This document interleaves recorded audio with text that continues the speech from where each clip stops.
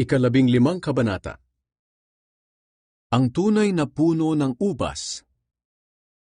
Sinabi pa ni Jesus, "Ako ang tunay na puno ng ubas, at ang aking Ama ang tagapag-alaga. Pinuputol niya ang aking mga sangang hindi namumunga, at nililinis niya ang bawat sangang namumunga para lalo pang mamunga. Malinis na kayo dahil sa mga salitang sinabi ko sa inyo. Manatili kayo sa akin at ako'y mananatili sa inyo. Hindi makakapamunga ang isang sanga malibang nakakabit ito sa puno. Ganoon din naman hindi kayo makakapamunga kung hindi kayo mananatili sa akin. Ako ang puno ng ubas, at kayo ang aking mga sanga. Ang taong nananatili sa akin at ako rin sa kanya ay mamumunga ng marami, sapagkat wala kayong magagawa kung hiwalay kayo sa akin. Ang hindi nananatili sa akin ay tulad ng mga sangang itinatapon at natutuyo, at pagkatapos ay tinitipon at tinihahagi sa apoy para sunugin. Kung mananatili kayo sa akin at ang mga salita ko'y mananatili sa inyo, ipagkakaloob ko ang anumang hilingin ninyo. Napaparangalan ng aking Ama kung namumunga kayo ng sagana, at sa ganitong paraan ay naipapakita ninyo na mga tagasunod ko kayo. Mahal ko kayo gaya ng pagmamahal sa akin ng Ama. Manatili kayo sa aking pag-ibig.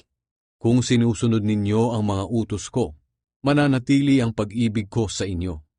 Katulad ko, sinusunod ko ang utos ng aking Ama, kaya nananatili ang kanyang pag-ibig sa akin.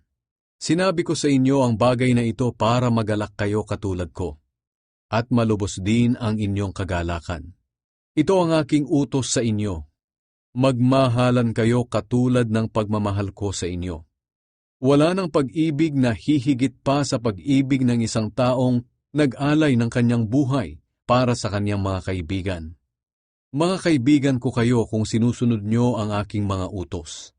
Hindi ko na kayo itinuturing na alipin, dahil hindi alam ng alipin kung ano ang ginagawa ng kanyang amo. Sa halip itinuturing ko na kayong mga kaibigan, dahil sinasabi ko sa inyo ang lahat ng narinig ko sa aking Ama. Hindi kayo ang pumili sa akin, kundi ako ang pumili sa inyo, para humayo kayo at mamunga ng mga bungang mananatili. Sa ganoon anuman ang hingin ninyo sa Ama sa pangalan ko, ay ibibigay niya sa inyo. Ito nga ang utos ko sa inyo, magmahalan kayo. Ang galit ng mga taong makamundo sa mga sumasampalataya kay Jesus.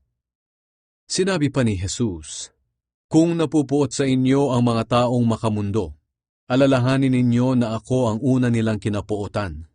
Kung kabilang kayo sa kanila, mamahalin nila kayo, pero hindi kayo kabilang sa kanila, kundi pinili ko kayo mula sa kanila.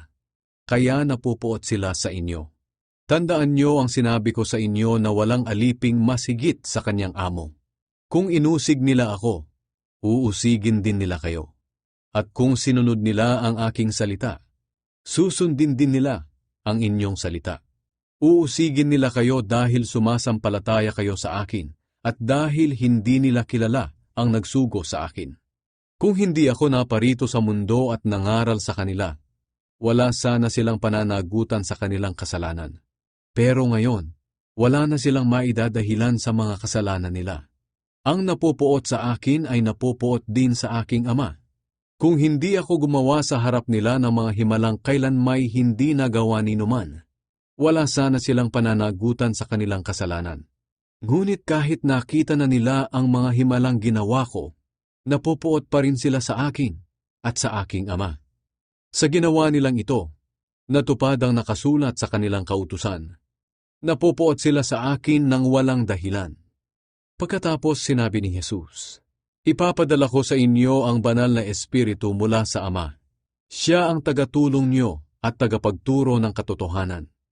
Pagdating niya, magpapatotoo siya kung sino talaga ako.